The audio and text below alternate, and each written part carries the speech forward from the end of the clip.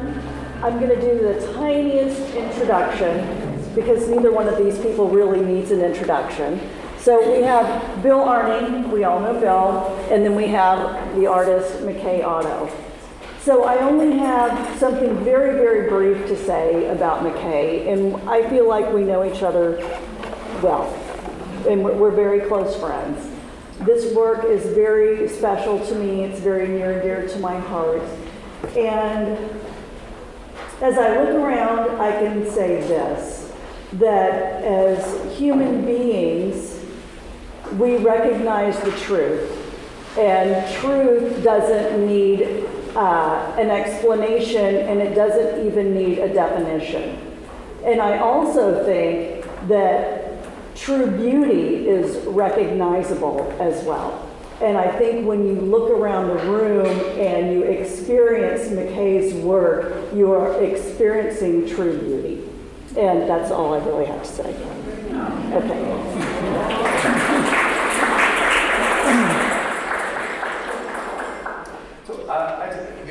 Seeing this show come to fruition and its physical, corporealized reality here, there's when I first was talking to Nancy about being involved here, you talked about the space, and I saw it when it was being built out, and she talked specifically about your work as the sort of ultimate, like what this space was almost designed for, with this wonderful sort of like combination of daylight coming through and all, and this relationship to daylight in the world.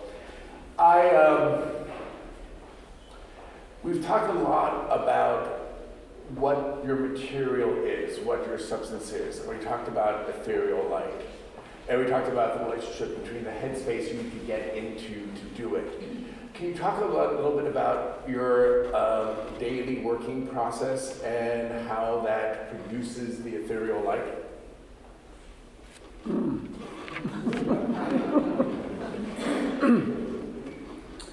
I think one of the hardest things, Bill, is to get still enough. I've had to move to the country. It's interesting, the energy of a city and just driving and everything, and the energy of living out in the country has been a monumental thing for me in instilling my mind.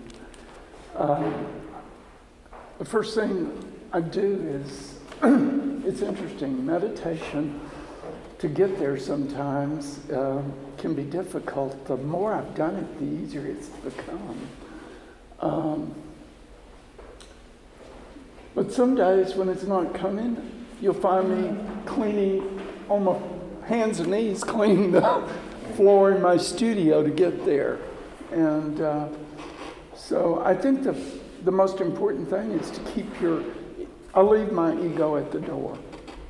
If I ever take my ego into the studio, I can't work. So your meditation practice, a daily meditation practice, and that's been decades for you? Yeah.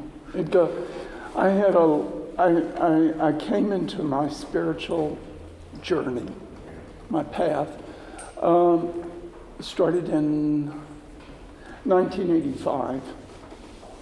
And you were still living in Houston at the time? I was living in Austin. You were living in Austin, okay. Mm-hmm.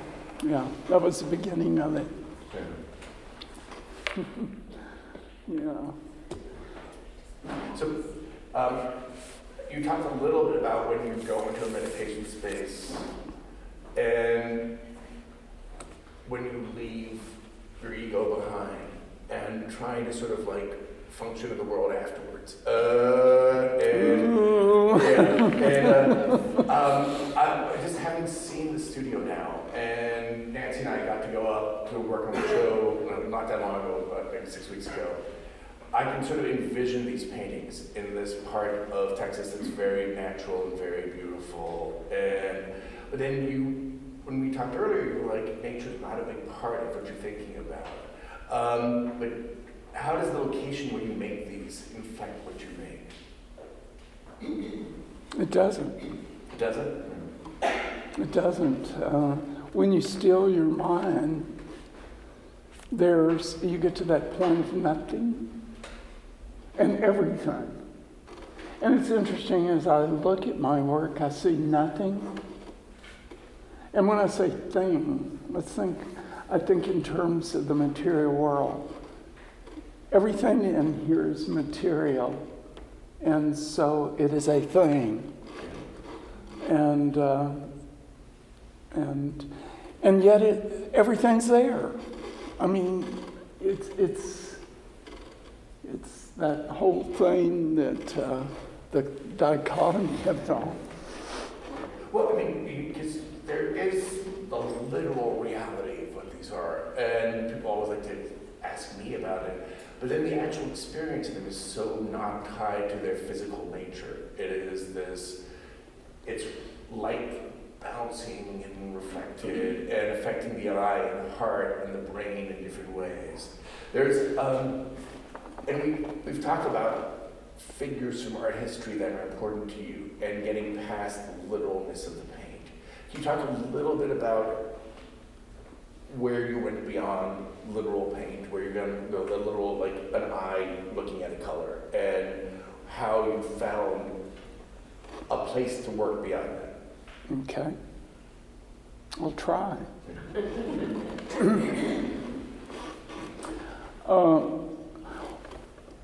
Let me start by saying these are white paintings. They're white paintings. And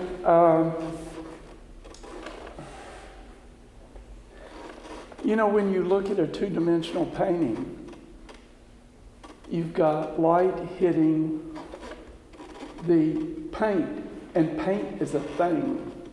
It's a material. So how do you get beyond that material thing to create an indirect reflection of light? An indirect reflection of light still will not produce that ethereal. An ethereal light is, my search is to find the purest light I can find. And I could not find it with a two-dimensional plane. My mentor, I would watch her paint for hours. And she would step back and look at me and say, "It's still paint." And I just can name say who the mentor is, because it's a name they might know. Yeah, Agnes Martin. Agnes, to me, was one of the great visionaries that I had the privilege of being close to. And I know that she kept telling me, she said, "Mckay, if I'm going to mentor you, I'm an old lady, and I'm not wasting any time." And she said, "If I'm going to mentor you," and I've only mentored one other artist, it's Richard Tuttle, and he's famous. She said that. So if I'm going to mentor you, you've got to go beyond me in this search for the ethereal light. You've got to go beyond me. You've got to go beyond Rothko. And for 20 years, I studied these artists and their paintings. And every time I look at a two-dimensional painting, and in the art world, that's how we look at things. It's interesting. Dominique de Menil said, when you add space to an art piece, it comes alive.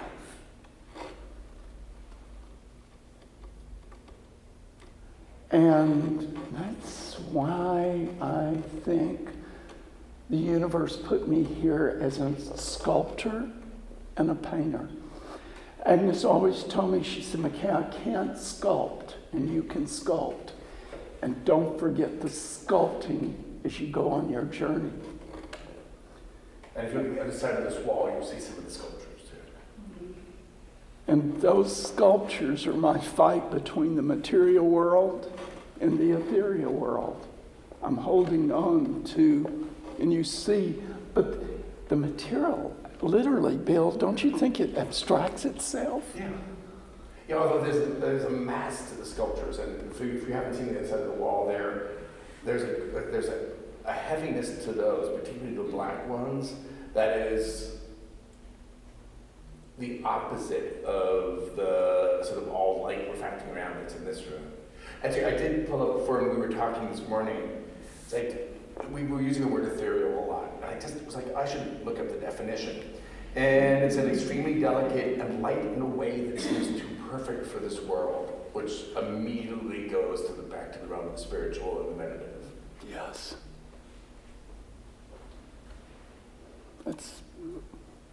That's my journey. Yeah. That's my journey. And, you know, when you make a commitment, you stay with it.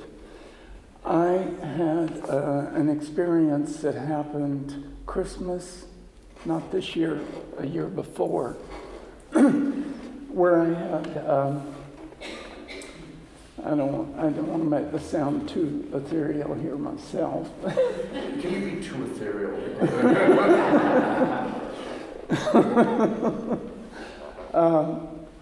I had a friend that passed away, and 2 days later, I hear him talking to me. And he said, "Mckay, remember what Louise Bourgeois said about your work?"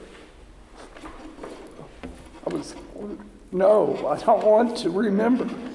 Agnes always told me, she said, "You and I are crazy. That Louise Bourgeois, I think she's insane." And so I did, when Louise made her statement about my work, I took it and put it way back here. Well, his friend dies and he brings it out. And what he brought out, Louise Bourgeois looked at my work and she said, "Mckay, there's nothing there.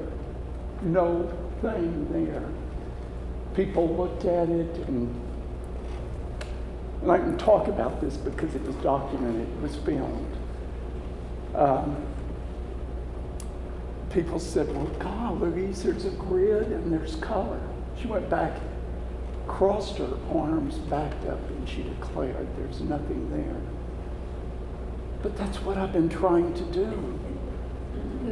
True abstraction is nothing there, isn't it, Bill? It's like looking at a sunset, looking at the sky, looking at a sunrise, looking at your shadow. Is there anything in your shadow? Is there?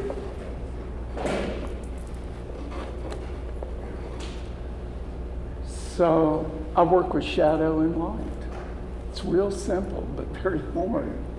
I texted Mckay this morning saying, "Looking forward to our talk. I've been thinking about photons all night, and the nature of photons and what really affects the eye."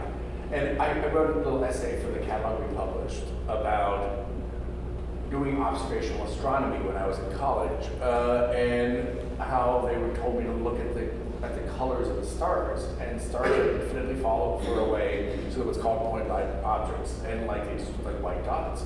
And so you have to look at them next to each other, two stars that are right next to each other, and then suddenly the colors reveal themselves. And if you learn to train your eye to see that, you can suddenly, the whole sky has become a jewel box of color, and you can see the palette. And my experience in your studio was very much like learning to see the colors in stars. Things where the photons and the different wavelengths is so subtle. But once you tune your eye through meditation, through practice, you suddenly see like right now these paintings look like Teneretto to me, like they have that much color going on. Or like we were talking about Titian's blues earlier today too. The amount of color in these is really terrific, considering there's no, your eye is never looking at paint. Right. What you're actually seeing is the indirect reflection of light hitting a color and then literally painting the white paint. And so there's no artist that I've ever known that has ever been able to get these colors. I can't do it. I didn't paint these and paint all this color. They're actually painting themselves. And you get that beautiful etherealness that you get when you look at the sky or you look at these things. I think Mckay is trying to open up something that you can glaze into and you can dream. There's nothing better than a good dream, but you can do it awake. I don't know if that makes sense, but... Well, we talked about the paintings in terms of the undefinable nature of love, too, and how you hit this, when you get the ego deflation through meditation and through the pure act of looking, it is that love feeling, that feeling like which is undefinable, untouchable, transient. Because if you try to hold on to love, it disappears. If you try to grab it tightly, it disappears. You have to it's got to be in the free flowing universe. And I think in the experience of your paintings, if you start trying to name the colors and you start trying to think about the physical materiality of it, you lose the experience. It's this thing where if you don't let the light of the Mckay Otto painting go, you can't see it at all. I like that. Yeah. We also talked a little bit about being mentored by one of the toughest painters. When I think about Agnes Barton's physical persona, I only got to see her in person once. I was going up to see a show of hers at the Pace on 57th Street, and I looked over, and this short, tough woman in I remember her sort of looking like she was going to go hiking in the mountains, even though she was in a 57th Street gown. And I remember seeing her and going, "Hell, take this part." And I decided to be a little creepy and just stand behind her as she was showing her paintings to other people. And Glimcher had come out at that point, and she started talking about her life in the desert. And I remember she was talking about where she was physically when she painted these things. And I remember it was really sort of literal in some ways. And you see the films that exist of her painting, where she's kind of constantly washing making the paint less and less paint and more water, and just scrubbing it slowly. And I think about that whole experience. And then you talk a little bit about the femininity and sort of the woman quality of these paintings in terms of the old ideas. Can you talk a little bit about it? Because we've talked a little bit about that to me before. Okay, I'm going to let something out. Yeah. You think I'm safe? Yeah. This is when I'm looking at the audience, this is 80% some of the best painters and artists in Houston here, and it's a sympathetic audience. I can see it in Henry's face. So, yeah. As I told you, I don't think Agnes Martin would have ever mentored me had I not been a woman artist in a male body. I don't think a man could paint this. I don't think Mckay, as a man, could paint this show.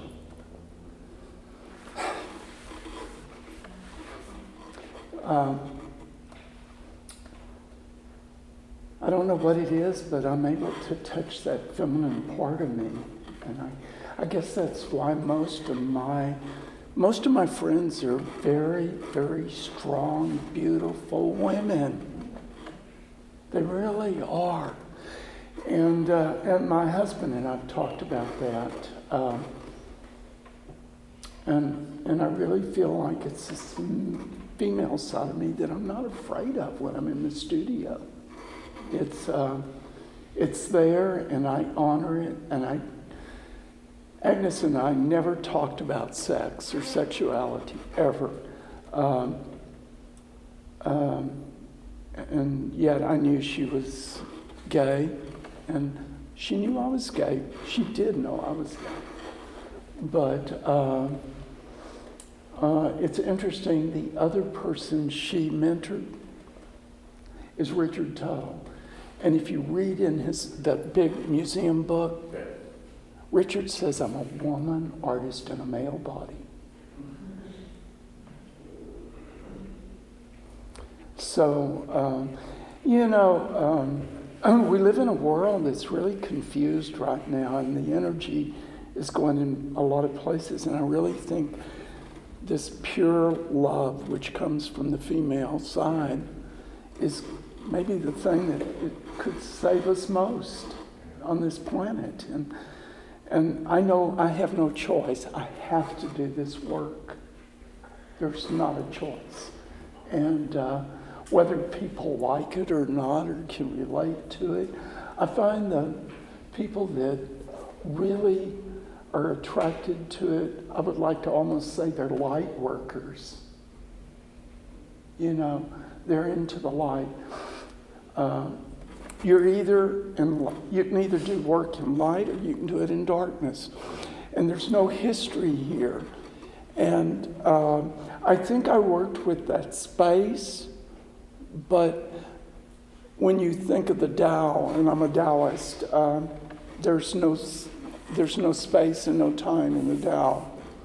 And so I don't think you can mark time. And when you can take that time and space out of it, you get something that is ethereal, and you get something that is timeless. And so 50 years from now, these will be just as much now as they are in this moment. And that's what Rothko tried to do. Well, it's because the light is going to be bouncing in them, and something is going to be the light of 50 years from now. It's not going to be the light of today. You can't hold on to light. And we talked about also this our experience with the amount of death and dying we saw around AIDS in the early days,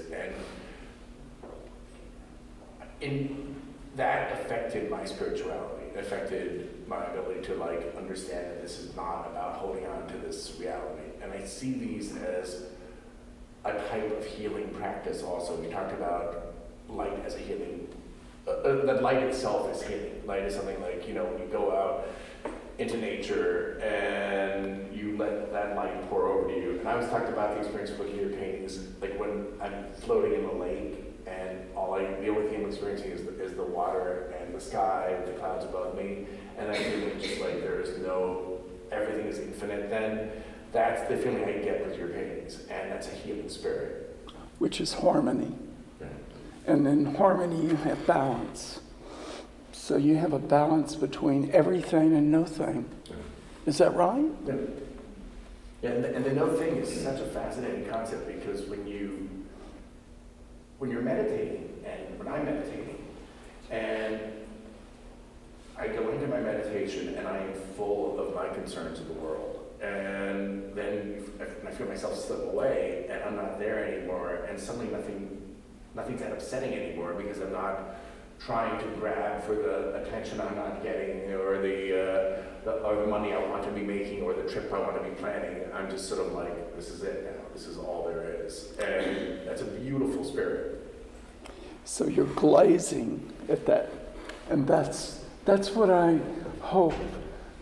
If you can glaze into an art piece and it can transport you wherever you want to go, or calm you, bring you health. When you're in harmony and balance, there's no sickness. You're in harmony, and you feel good. And when you feel good, that's true love, isn't it? And so, what is true abstraction? And true abstraction is like looking at the sky or a shadow, isn't it? There's nothing there. Try to pick up your shadow.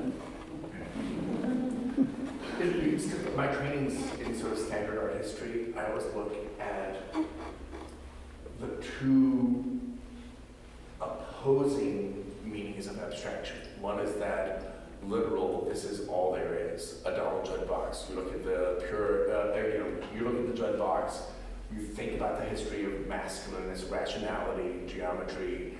The box is the thing in itself. It's not a metaphor for anything else. And then you've got this other tradition you're coming out of that I would trace back to Mondrian and Mondrian's writings on the infinite, and then going down to people like Agnes. And we were debating where to put Mark Tobey earlier.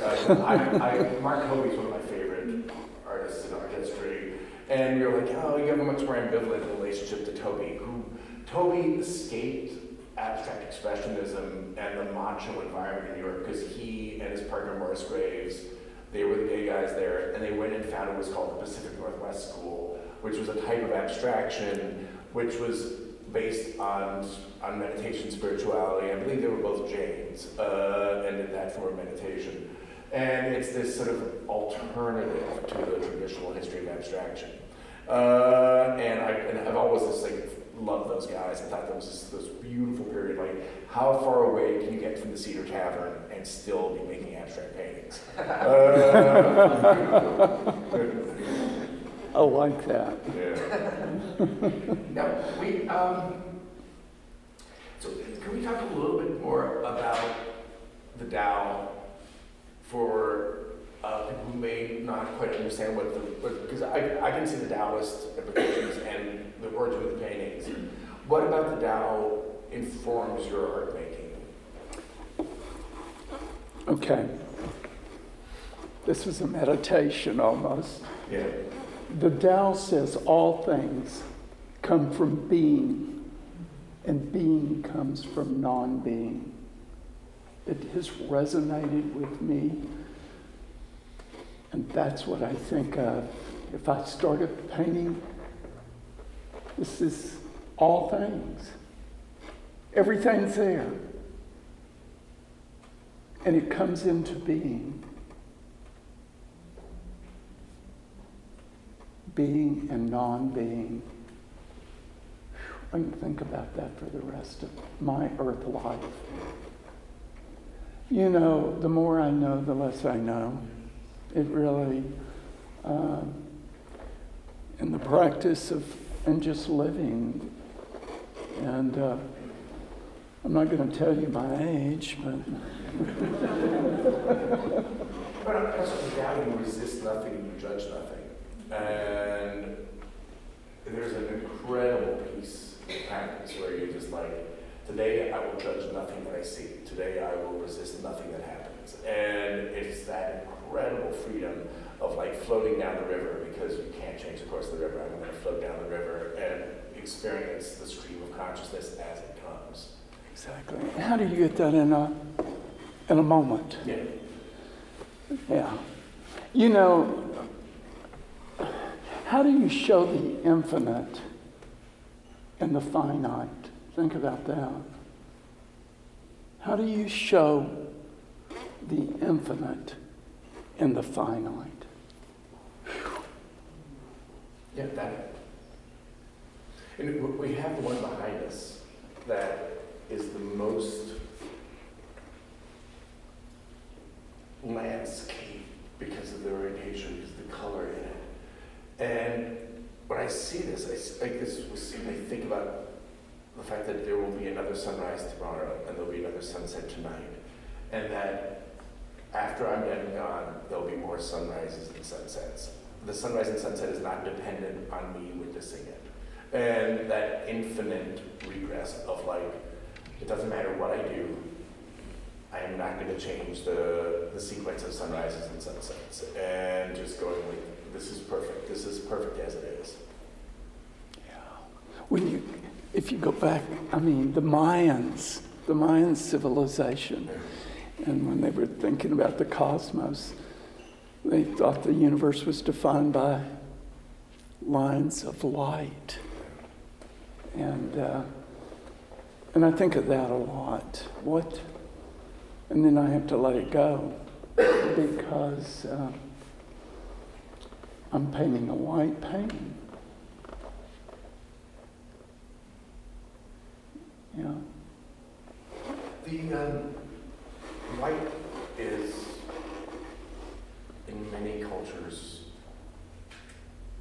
absolute beauty, but it's also colored mourning too. It's when you're accepting the finiteness of the universe, you're looking into the light. The finiteness, at least, of our Earth transit, our Earth walk during this. I started thinking about when you see groups of nuns in Italy wearing white and walking down the street together, and when they wear white versus when they wear black. I started thinking about the groups of nuns wearing white and the beauty of that. So it's almost like the group of nuns are in the back wall there.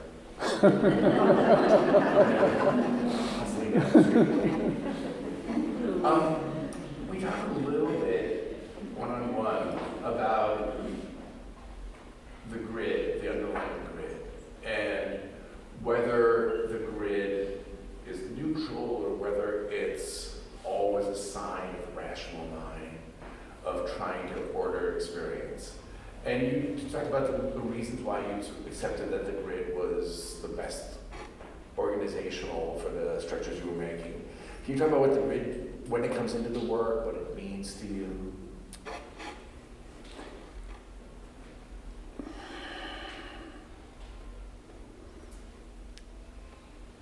The grid is what connects us to the universal mind, or the universal intelligence.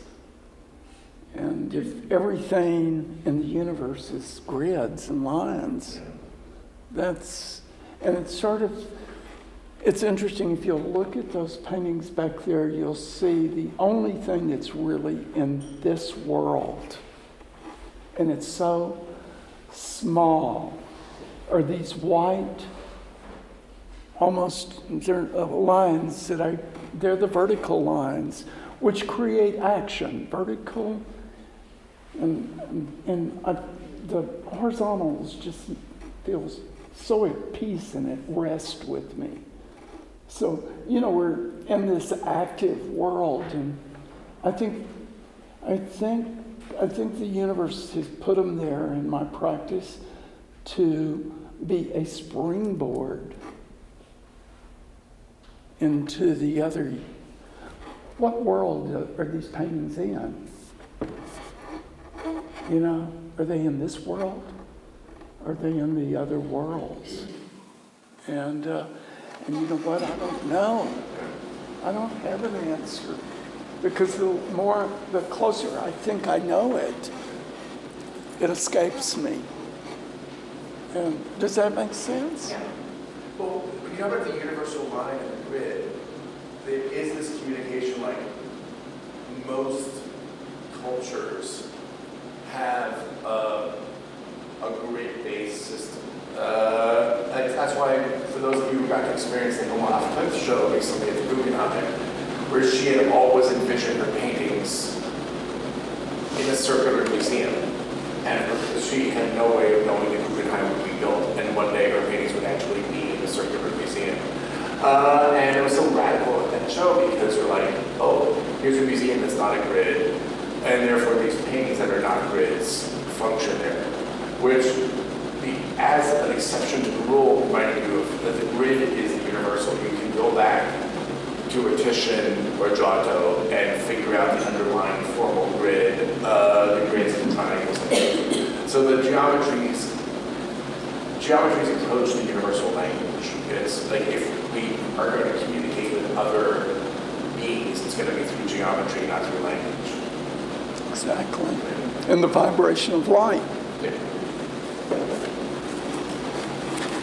Bottom line, there's nothing but light here. Nothing but light. And we talked also a little bit about the paintings being tricksters, in that you walk in and you see very reductive patterns in square format. And those of us who have a working knowledge of art, of post-work, that the word minimalism is going to come up. And these paintings only qualify as minimal for the first 30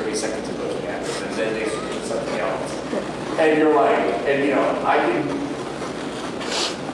quickly explain why they would not be good exemplars of the word minimal, but in your own way. No, I want you to handle that one. Okay.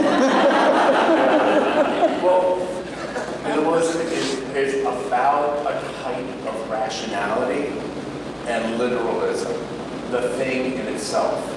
And we were talking a little bit about Ed Reinhardt as one of the most fascinating figures, and also because he's such a great theoretician of what art is. And Reinhardt did not like applied arts, the idea that visual artists would be working for architects, designing things. But yet he loved to stare at carpet patterns and wallpaper patterns. And not good carpet and wallpaper, like the stuff that's at the movie theater. And I asked Blaine Reichek, who was a student of Reinhardt's, like why he loved wallpaper, like why he loved these things, and why he would stare at them. He said, oh, it's perfect. When he would look at a wallpaper pattern, he wouldn't be thinking. He would be able to get outside his ego. And Reinhardt is a very sort of must-read artist and a really interesting character. Taking Donald Judd as the exemplar, or even like Robert Ryman, the recently deceased, one of our favorite painters, and I love Robert Ryman's paintings. The literalness, this brushstroke is the thing in itself. You can't put a metaphor into this brushstroke. It is going to sit there as just paint. And you know, when Ryman was interviewed about his work, he would talk about the brand of paint he used and the type of brush he used. And he wouldn't let you have any metaphoric readings. Whereas the least interesting thing to talk about with these is the how they're made. It's the spiritual, meditative, what happens when you look at them that's most interesting. When the photons enter your eye and touch your heart. It's that thing, which is sort of, so they're the opposite of literal. But so that's, I would say, why they're not minimal. I like it. I'm not a minimalist. Before we run out of time, the sculptures on the other side of the wall, can you talk, and also the wine cork piece up front, and there's a little one in the office too of that. Can you talk about how the sculptures are ongoing in your practice and the relationship to the paintings or the non-relationship, however you see that? Well, it's interesting because I was so poor. At one time, there are 2 documentaries that were done on me. And it was at a time, actually there are 3, but these 2 were way back there when all of my material came out of dumpsters. It was all recycled. And I think a lot of y'all remember those pieces. And I mean, that's, you know, you work with what you have. I have a little of that residue in me yet because all of the sculptures in the back are rags. They started with ropes made out of saris from India. And their dresses, their pants, there's garments from hundreds of people have worn those pieces. And you know, objects take on energy when they're around. That's why it's so important. My dad always said, be careful, Mckay. Birds of a feather flock together. Same thing applies in what you surround yourself is what you're going to become. Go home and look at what you're surrounded with, and you can see where you're at. And so I'm surrounded with a lot of rags. No, these started, and the rags stayed in my workout room for 2 years. I didn't know what to do with them, and then one day I realized, I've always stacked things. And so I started making balls and stacking them. But what really happens, and I see I'm holding on to the material world, yet when I cover it, I'm trying to make the material world go away. But there is an abstraction there, and then you get these breaths of nothing in between, which relate. So there's this tension. There's that tension between the material world and the ethereal world, the sublime. And I think they tell a story and they lead. Bill, do they lead to this? Well, I think you talked about the hundreds of hours of people's lives that where those clothes were being worn, because they're all used and they all have a history, and then there's some sort of life spirit or energy left in them that you get a sense of. But talk about the wine corks then. Oh, I can't stop drinking wine. Isn't that right, Don? Is he your favorite neighbor in the room? Or? Well, this week.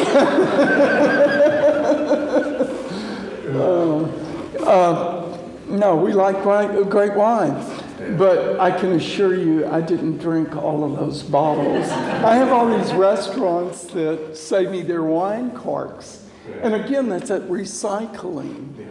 And, but it's interesting. I love what the great art writer, Catherine Angspon, said about these card pieces. She said they're my biomorphic twist on art. I love that. Catherine, are you here? Okay, I'm quoting you. But yeah, they're the ones in your office. I'm playing. Yeah, I'm really playing. They have these little fuzzy things at the end that kind of make you think you're like petting a puppy. But not that you're supposed to be touching it, they do look like a puppy. Yeah. No, I mentioned those for like pets too, just because the scale of them. Like there's something kind of austere when you look at these ones where you're kind of like you're pushed back a little bit. You don't have an urge to go out there and touch. Those, I mean, I was like talking with a few people who have dogs and kids who were talking about if they could take them home, and I'm like, I had no idea if kids would just run up and hug these as if they're like new teddy bears. It's interesting. I had some of these at the Miami Basel show, and I've got pictures. There was my favorite one. This guy had his little son on his shoulders, and he's looking at him, but the child is doing this. Had to touch him. Yeah. But also think about the sculptures here as being about the vertical. They're shooting up from the ground. Whereas one thing about the square format is the square format's the square no matter which way you put it. There's no up, down, anything there. And so there's something a very different spirit-wise. And maybe even just a little butcher or something tougher about these sculptures, because they're aggressively shooting up, And wow. Yeah, I hadn't thought about that. Yeah. This has been a joy, by the way. Yeah. I can't thank Nancy enough for what she's doing to the art world here. And Bill, Cody, Emily, and every one of you that have taken your time to come here and spend your afternoon with us. I mean, I really mean that. Without all of us, everything, all of us, this wouldn't exist. The art world wouldn't exist. And thank you. So, actually, that's a really great thing to go off. Do we have any audience questions? Hi. So the first thing that really hit me when I walked into the room was the color palette. And the first thing that I thought of walking around is I kind of do a pass-through of the idea of a meditation that's just very boom, boom, boom, boom, boom, and then take the time of the piece.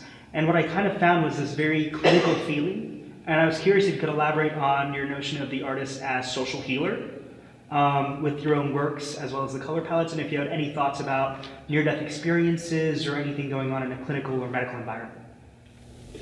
it's interesting. I was asked to do, it's sort of a very downscale Rothko Chapel in the Hill Country. It'll be there from now on. It's at the Science Mill. It's a children's science mill in Johnson City. And it took me a year to paint these 7 paintings. I destroyed them 3 times along the process because they had to talk to a little 2-year-old and someone as old as I am, or older. And what I came up with was tying them to the vibration, not only of the light, but sound. I employed the use of a Tibetan bowl, which with each one of these. The sides, the structure is, they're 40-foot silos. And what has happened, last year about 60,000 young youths were taken through the silo. But what they have found, you can take and they're documenting it, you can take a hyperactive child or a hyperactive adult and they experience it, they come out docile. Their energy, we're all nothing but light and vibrations. And there's 2 children's hospitals that are talking about maybe allowing me to do sort of a meditation thing for children. They're finding that children that are sick, if they can lower their vibrations, they don't take as much medicine, and they heal much faster. And so it's interesting. I really do think there's healing properties. I've only had 1 letter from a collector, and she's Alice Simpkins. I think she's a trustee of the museum here. I'm a Hogg's relative. Alice bought one of my pieces, and I get a letter from her, and she says, I've had chronic back pain. I've still got that letter. I've had chronic back pain. I've been everywhere trying to get rid of it. I started meditating with your piece. I don't have back pain anymore. I don't know that it's the piece, but it may be where you can go with the piece in your own vibrational field and have a healing. I know that I sleep better if I meditate. I have a big painting at the end of our bed, and that's the first thing I see in the morning, and it's the last thing I see in the evening. And I take time to meditate with it. The practice, I've been working for the last 20 years, you'll see the practice coming out of circles and squares. So in every one of these paintings, there's a hidden circle, and it only comes out in the dark. And that was the only way I could. A circle is so expansive. I had to hide it. But what it does, it comes out and then it vanishes into nothing. So there's something in the dark. Like smoke rings. Yeah. I'm sorry, I probably talked too much. Thank you so much. So you didn't really talk about the fact that, do these all absorb and emit light in the dark? Yeah. They all do? Yeah. And it's a paint that I started with in Taos, New Mexico, and it failed. I would take little studies to Agnes, and she'd tell me to go burn them. It's still glow paint. That whole theory of if it is the material, it's got to transcend the material and transport you. And they didn't transport anybody anywhere, and they sure looked like glow paint. Until one night I had a dream, She came to me in a dream, 3 o'clock in the morning, and she asked me if I had any of that glow paint left, because she was responsible for me buying it in the first place. And I had some, and I realized 2 weeks later, there was a lot, as she said, Mckay, you've created the world's first light box that doesn't have an electric cord going to it. And if you'd like to see any of that, there's one in your office that you can cut the light out on. It's impractical to do it in this room. So, but there is a... It was fun that I kept taking people in one by one, and people thought I was Steve Rubell for the acting room. I was having fun. Thanks. So Mckay, we could all tell the story for you, or you can share the story about how Agnes told you that you should, and if I'm not getting it right, just correct me, but she said, Mckay, I want you to choose a color that you can use for the rest of your life. Yeah. And she took him to the art store, and he walks out with this glow painting, and she said, you picked that? Well, you know, there are a lot of us in this room that are products of Superman, Krypton. And I mean, that is my associate. I walked out and I thought I had a glob of Krypton because it's phosphorescent green. And I guess it's a hangover. I was never rich enough to have all those glow posters when I was going through college. I worked myself through college, and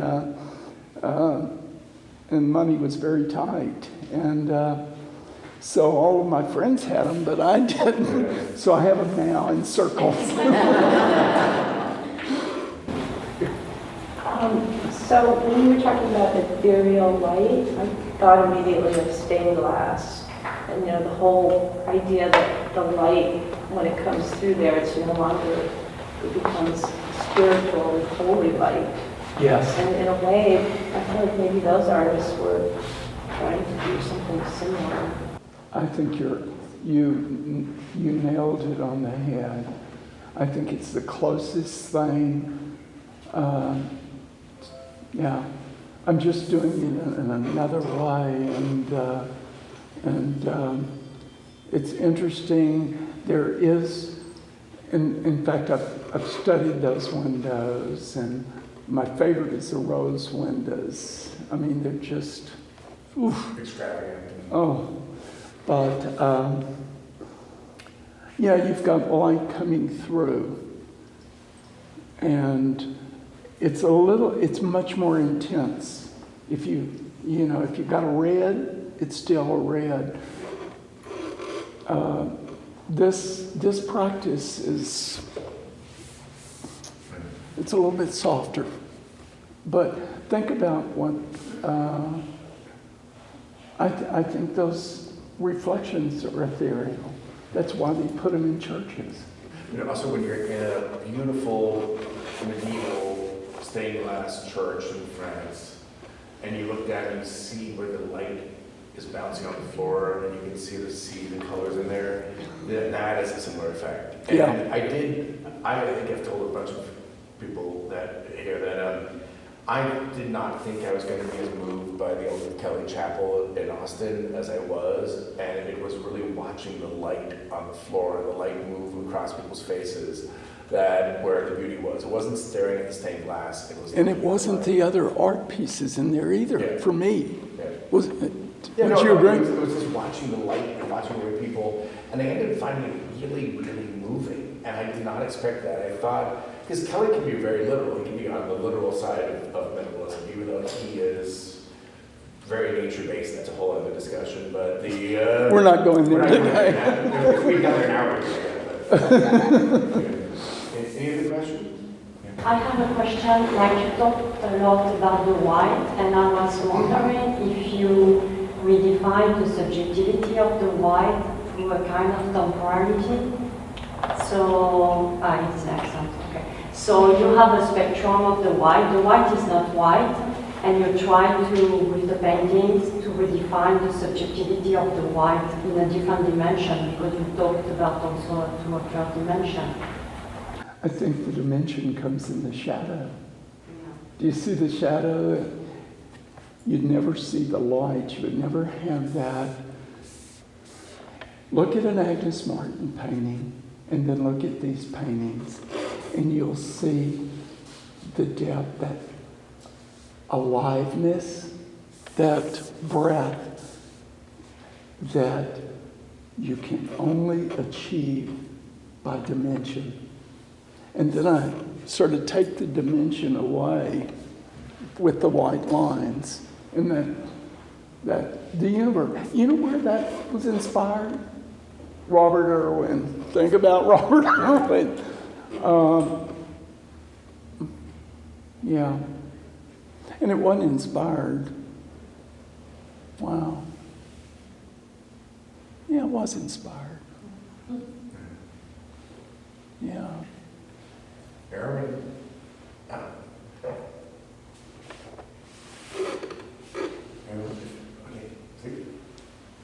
Have you ever, or would you ever consider doing these at sort of an architectural scale, where they're outside, where the sun and the seasons are affecting them, and the appearance of them changes throughout the year? They would not hold up. The quality of the painting? Mm-hmm. Yeah, it's acrylic paint, and I had to design the depth even to get the dimensionality and not destroy the essence. I have a carpenter that builds these special out of hard maple, and then they're all reinforced with aluminum. I had a show in Florence, Italy, and I got over there and one of the paintings had blurred. This was years ago. I was with Robert Kelly, the artist Robert Kelly, and I got there and I thought the wall was out of line, and it was my painting, and I was so embarrassed, and I came back, and since then, all of these are reinforced with aluminum, so there'll never be any movement.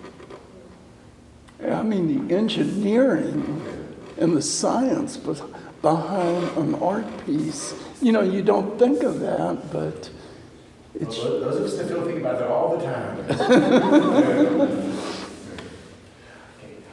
We'll be available also to talk afterwards, but thank you so much, Mckay, for taking the time with us today. I think Thank you, Bill. Thank you.